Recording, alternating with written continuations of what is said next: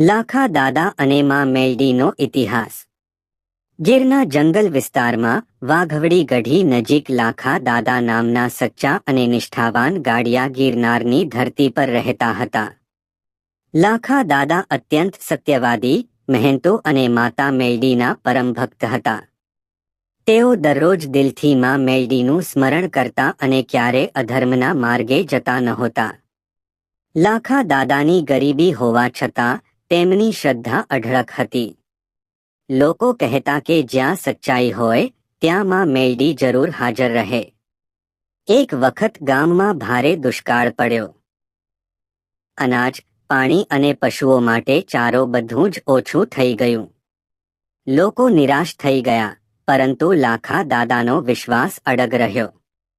તેમણે માં મેલડીને હૃદયપૂર્વક પ્રાર્થના કરી અને કહ્યું, માં, તું જ મારો સહારો છે। એ જ રાત્રે ચમત્કાર થયો। માં મેલડી બોકડા પર સવાર થઈને પ્રગટ થયા।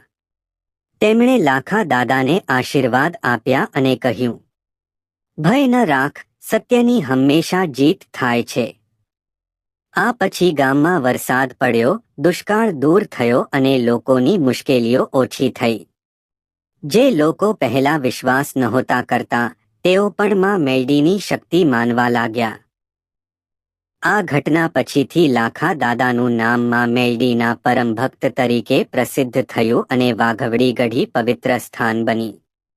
આજે પણ માનવામાં આવે છે કે જે સચ્ચા મનથી માં મેલડીને યાદ કરે છે, તેને ક્યારે એકલા નથી છોડતી।